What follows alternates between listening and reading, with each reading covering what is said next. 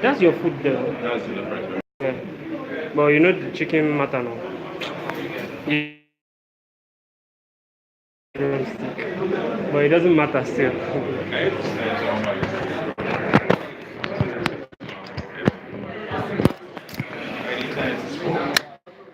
Are you on Switch Innovation?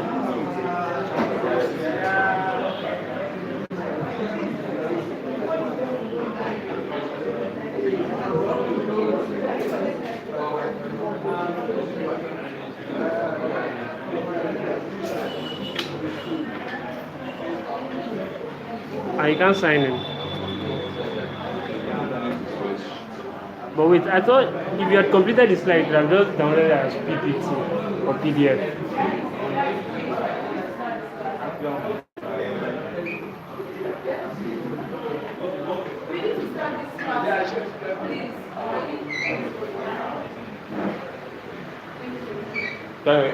Anything concerning that? Can everyone please down?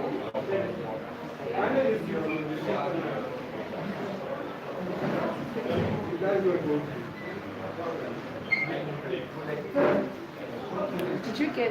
You want water, right? Who wants it?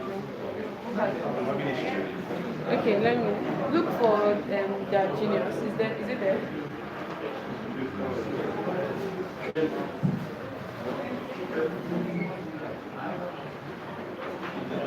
It's on, but I can't find him. You can't find me.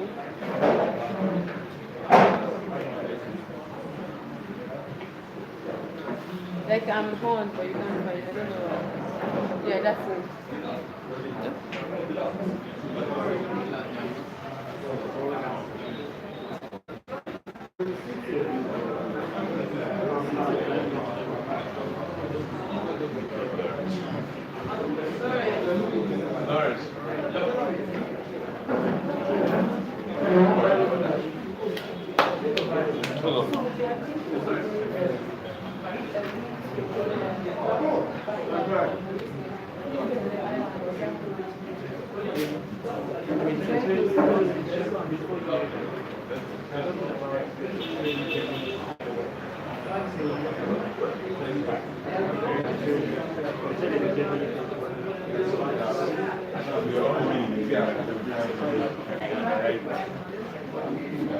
This one, she has agenda.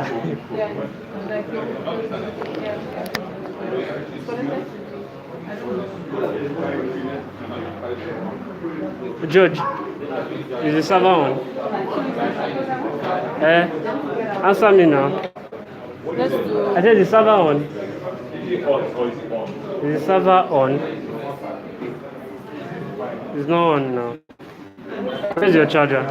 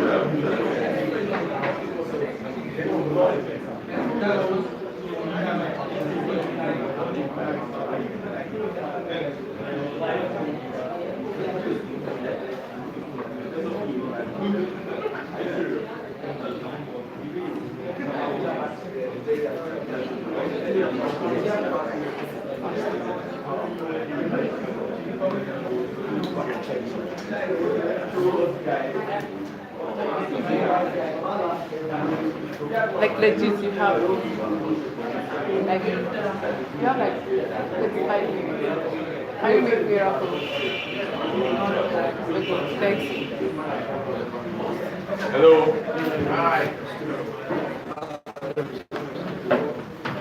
So today is the last class. They're not going to like your general, so, and I won't be seeing your face. Today's class is going to be about OCR. How many of us know what OCR? First of all, how many of us watch the video? Hello, it's like I'm having multiple classes in the same class. So, how many of us watch the video? None. And you guys still showed up. I understand. These are fantastic. Well, today we're talking about OCR and basically. Guys, please concentrate. Please concentrate. I know we are eating. Please do concentrate. We're talking about how to build complex ML system and the concept of ML pipeline. So this is a complete project. This is not like one it's like one module. This is like a complete pipeline, end-to-end pipeline. So we're talking about how it is being done. So when it comes to OCR, it has to do with recognition of characters. So in this situation here, we know you can see this is a character, right? And each and every one of them, we have characters inside. So one system that can take this image and do recognition, do detection and recognition. So it's a problem. So how do you do this? The first thing you need to do, as human, when we look at this thing, how do we identify that this is a character? How do we identify? By looking at it, what are the methodology you are going to follow? I'm not talking about the L. I'm talking about before you start seeing the L. What will be the first thing you feel like? See, don't say anything. Just mute. Exactly. You're talking about text detection. That's the first thing. So you need to know where the text is. So when you know where the text is, that's when you can do recognition. You understand? So the first thing you're going to do is what? Text detection. So the first thing you do is text detection, which is there any text in this picture? If there is text in the picture, you do what? Recognition. So the second part is recognition. Given there is text in this picture, what are the characters or what are the words in the text region? Does it make any sense? Yeah. Is the food too sweet? Yeah. Okay. All right. So after text detection, we do text recognition on the detected text. So we are going to match each character and run it through to know what this character is. So this is just like a pipeline of OCR. So this is just the step. The first thing you do is text detection, know where the text is, know where the words are. Then the next thing you're going to do is what we call character segmentation. The text you have detected, you are going to break them down into characters. And these characters, since you know what these characters are, you can now do what? You can now classify these characters. You can now identify. Does this thing look like A? Does it look like N? Does it look like C? Does it look like B? Is it 1 or 2 or something else? So, also it says something about running it through a spelling correction system. A situation whereby you have something like this. As human, we know this is clean. This is cleaning, right? But the situation whereby you have one, what you do is run it through like a dictionary that will correct that. So this is like a spelling correction system. Then that you have clear, but we are not going to talk about it. So basically, we are going to be concentrating on text detection, character segmentation, and character classification. I'm listening.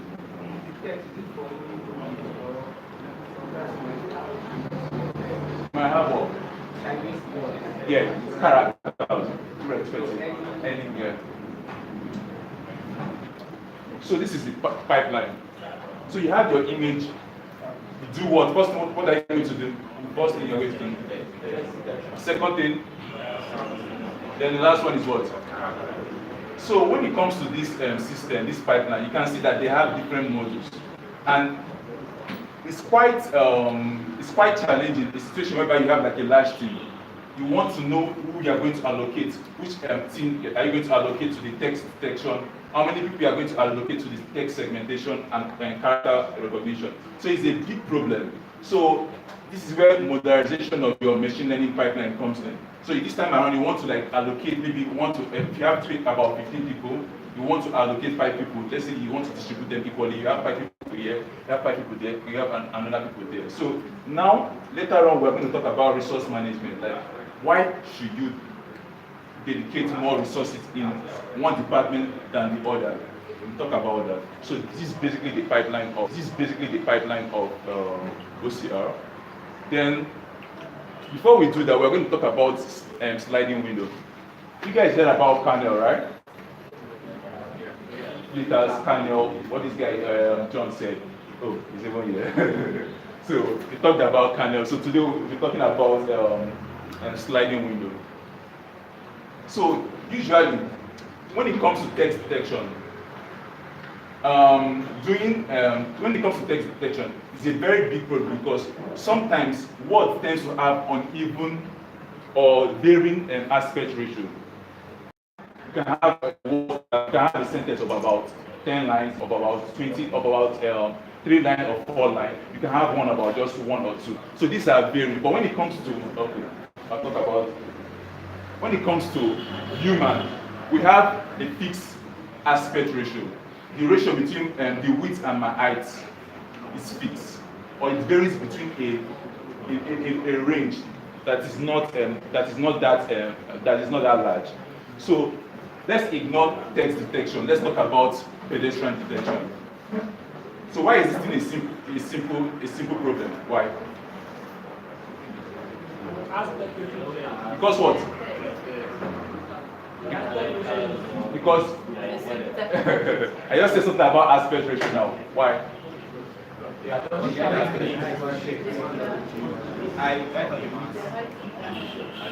So fine. So when it comes to something like this, you have fixed aspect ratio.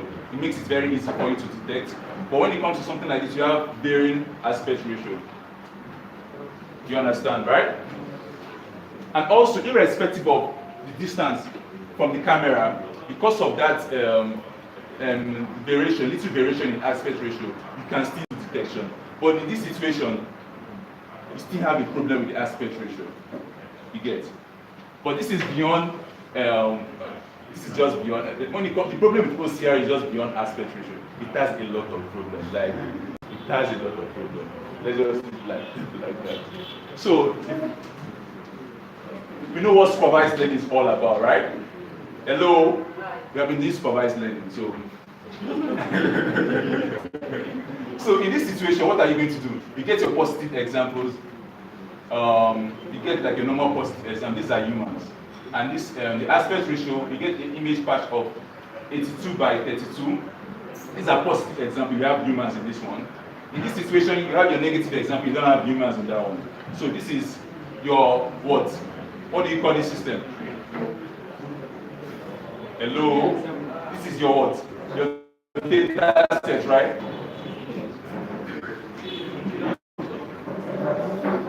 So what do?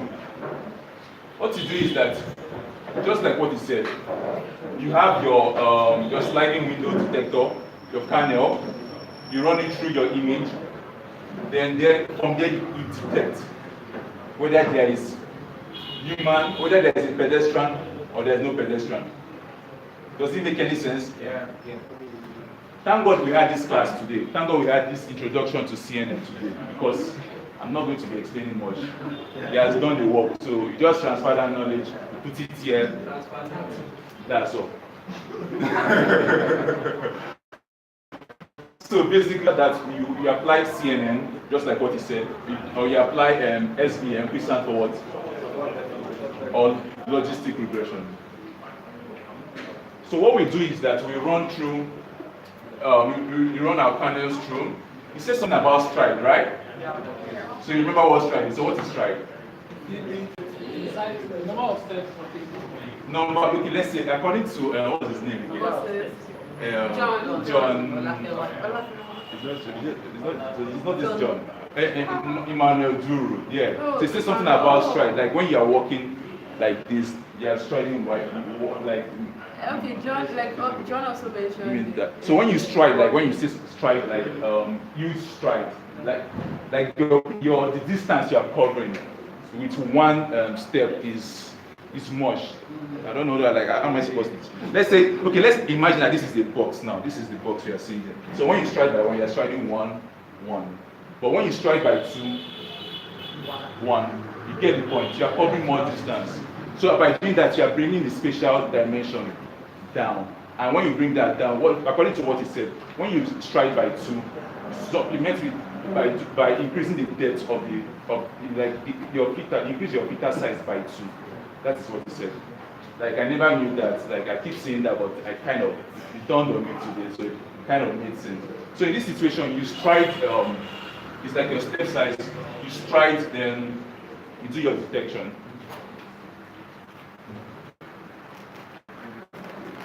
So basically, that is what we call sliding window detection.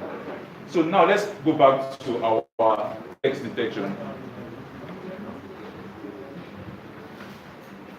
So we all know that we have, this is our positive example, this is our negative example. So how do we do this stuff? We run our data set through our what? What are we? What you have something like what are you going to do? Let's assume you are applying logistic regression. Okay, let's assume you are applying CNN on this. How are you going to approach it? Then now classify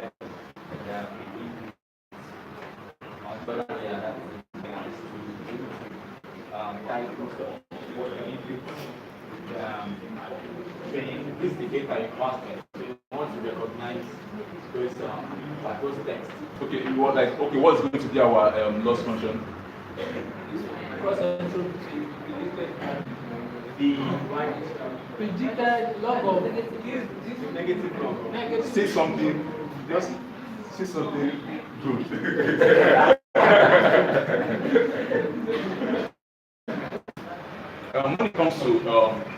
When it comes to this, what you are going to do is you detect your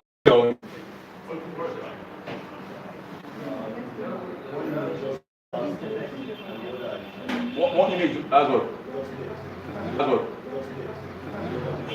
So they are both the same thing, but what do you notice? They are both the same thing. So in this region, you have text in this region, you have text in this region, you have text in this region. So you have text in this region. So that is basically what it's trying to say. When you apply text detection algorithm, you can detect where there is text in this region. Text in this region. Then after that, in that region that there is text, you do what? Character segmentation. After the character segmentation, you can now do what? Character recognition. This is what you are doing, character recognition. I'm trying to rush because I don't have much time. So after this, this is just like a pipeline. You have first thing you do is what? Text detection. Second part is what?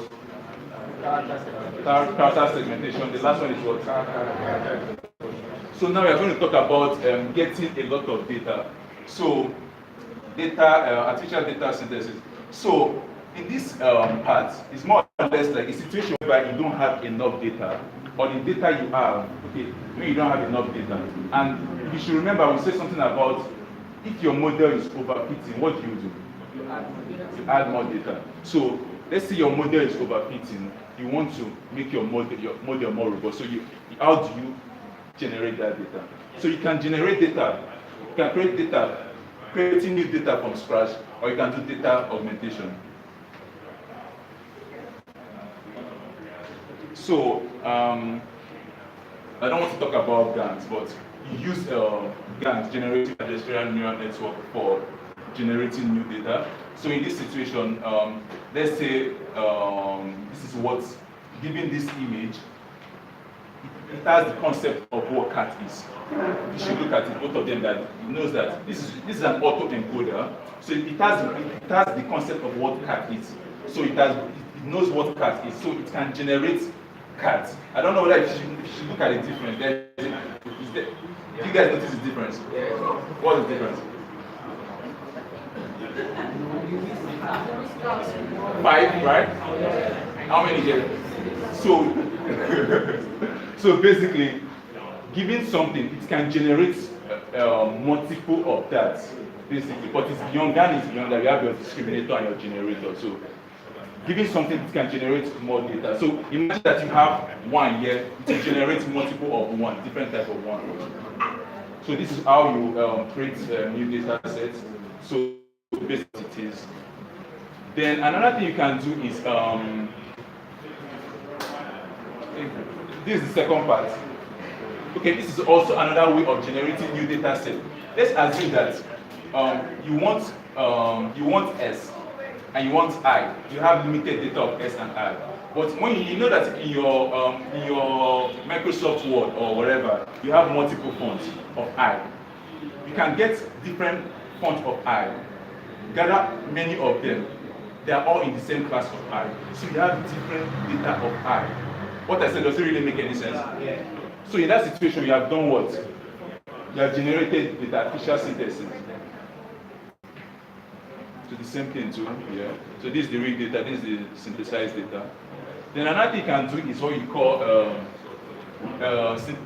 by introducing distortion. So this is data augmentation. I know it is data augmentation, but so basically what it is that you transform your data. This is A. You transform it. You might just add like shred, a little bit of shading, or you might put a bit of warping around to give you another type of A, like A that is angled in 20 degrees or 30 degrees or 40 degrees or whatever. So that is basically what it is. So by doing that, you have different version of what? A.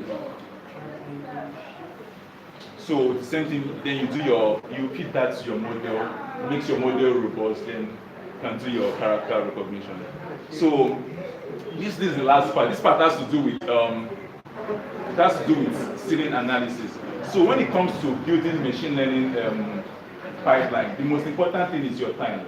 So time is like the most important resource because you might be working on a particular module and basically you might be wasting your time thinking that you are doing something reasonable, but basically you are wasting your time. So since time is your most important resources, the question is going to be, what part of the pipeline should you spend most of your time trying to improve? What part? Are you going to spend your time in text detection, character segmentation, or character recognition? So, this is what it is. Let's assume that the overall system is 72% efficient. Does it make any sense? Now, for our text detection, let's assume this is what we are going to do. We know on a norm, this is the part that we are supposed to like work on. We want to detect whether there is text here or whether there is no text here. Let's assume that there is text there and we are feeding in the right text. What I said, does it really make any sense? We are giving it, we are manually. Yes, let me go back. Let me go to the next one. So we are manually providing the correct output. The machine is supposed to do this part, but you don't want the machine to do this part. You are doing this part yourself. You are putting the right output yourself.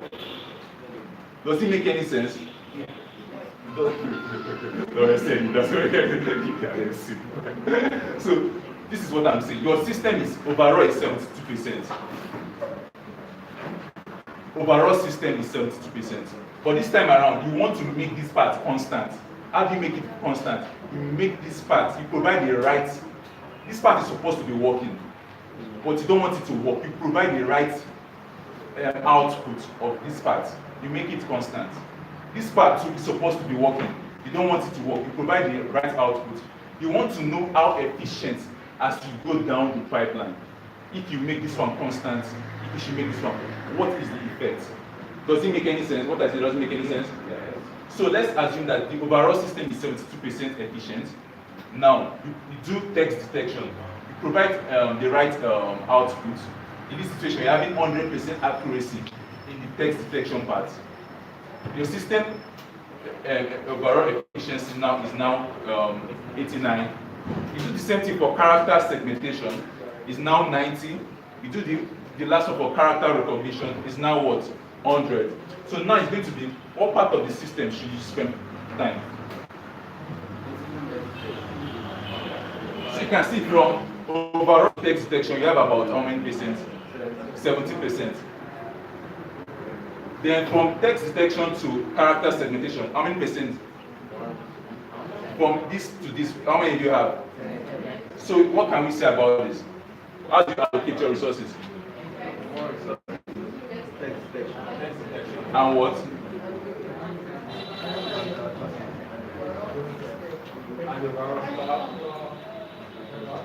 So more resources here. More resources here. Does it make any sense? So a situation where you have about 20 people working on this team, you can allocate 20. You can allocate since you have 17 here. Let's say you can allocate 8 here. Allocate another. Let's say 8 in the other side. That's 16. You can allocate 4 to the remaining team. It's just my, I don't know, but that's just restriction. So this is like the last part. So basically what this part is talking about, you should read this chapter. So what is said that, this is from the deep learning book, chapter 11. So this part of this is what we call practical methodology on how you should approach your machine learning project. So what this book basically said that you should determine your goal, what error metric to use, your target value. So you should know the goal of your system. That's basically what this part is all about. You should establish a working end-to-end pipeline as soon as possible. Like you should not treat, what is saying that you should not treat text detection separate. So my system is doing text detection 100%. If I should add text segmentation and it's still going to be 100%, no. You should not do that. You should build an end-to-end pipeline to know how the whole system is working. You should not treat them as module, but you can work individual module. So the second part is instrument the system well to determine the bottleneck in performance. Diagnose what components perform worse. Like in this situation where we diagnose the component that is performing worse, we know that you're supposed to work with what? The character detection and character recognition. These are the components that we know that we can improve. And also lastly, repeatedly make incremental change such as gathering new data, adjust your hyperparameter, change algorithm based on specific finding from. So that is what that part is. So finally, you guys have done supervised learning. In supervised learning, we did regression, logistic regression, neural network, SVM. In unsupervised learning, we did what? K-mean, PCA, anomaly detection. See, basically, we have done a lot. So in this 14 weeks, okay, let me just He's emotional. I'm not emotional. I'm not emotional. He's feeling emotional. I'm not, okay. He loves you, or he loves it so much. He's just saying that I can't wait to leave. I can't wait to. I want my certificate. Yeah, I want to be spending time with my loved ones. We are here, we're your loved ones. You know?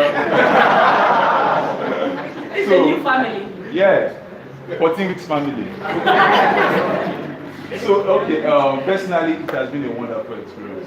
Personally, it has been a wonderful experience. Like, I get to learn stuff that on the normal day, if you wake me up, I'm not going to do it. So, like, PCA, like, PCA K-means, like, different stuff. Like, it has been quite challenging. And making slides is not something that I take time to make slides. I enjoy doing it, but sometimes, like,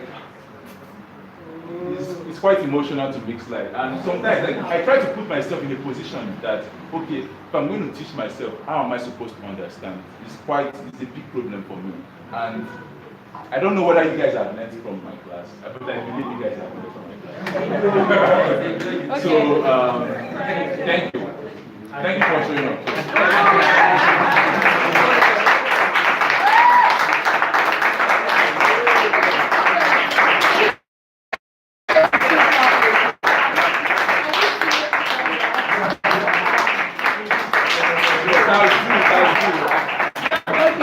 Okay, so there was no way I was going slide away without personally making you understand how important this is to the community. So George is one of the few people who I respected most. I mean, it might come in later. I don't understand. Am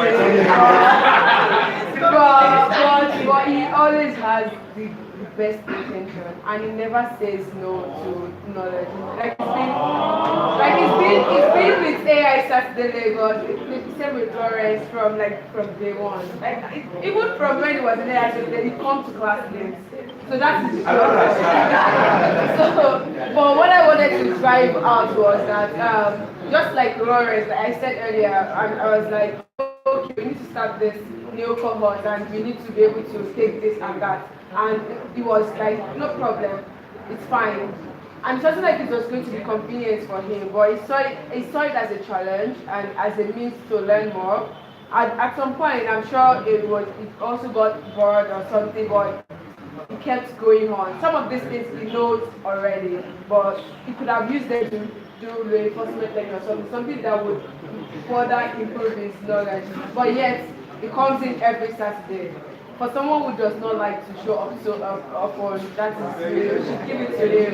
Like, he really did a great job, and I'm so proud to work with him. And I'm glad that this, like AI Saturdays has been like a thing. And what I wanted to say is that you can see that we're trying to develop one another. So for the next beginners cohort that is coming, it's most likely going to be from your cohort. Do you understand? Saying that, okay, let's now take the challenge a little bit further. Let's have 2 instructors from this class. And if you know me, I'm a very, it's like, well, if we need to do this, like, we need to go this line. But I keep saying it that we can't come to class and waste one another's time.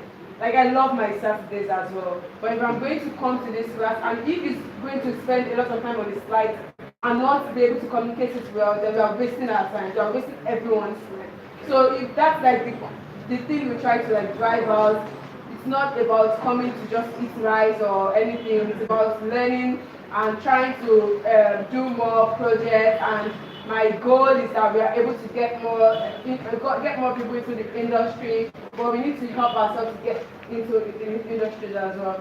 So yeah, in all, I really do appreciate George a lot and Lawrence, like they're fantastic. So thank you so much for taking the time. Please, a bigger round of applause.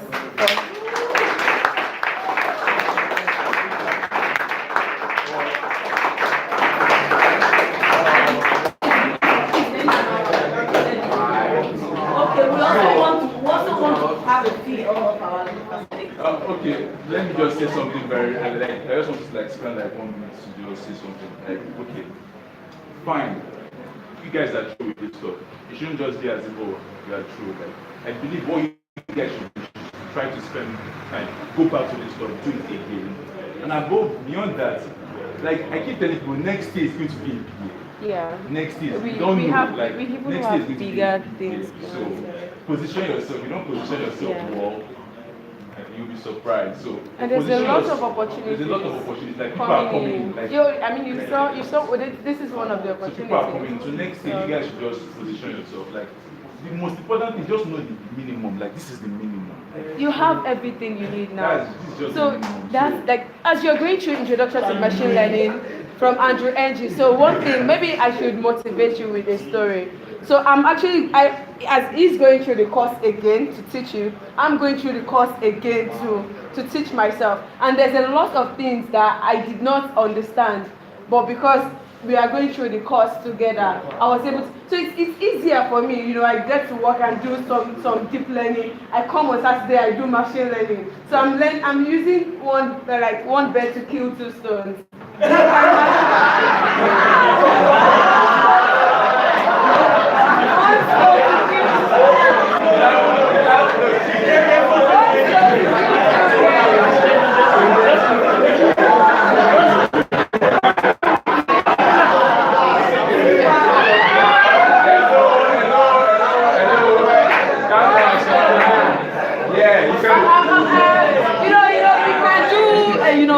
live horizontally.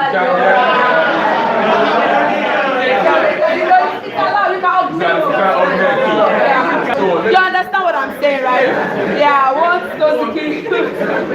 Anyway, so it's just a bit of motivation. Like every day we're still trying to learn. Let me just take this stuff serious. Like sometimes there's a lot of knowledge gap, but you feel it in as you go. You feel it in as you go. And just, I don't know, personally, just keep doing it.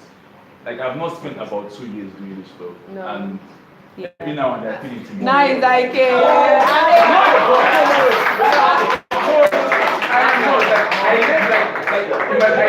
I learned a lot of people around me.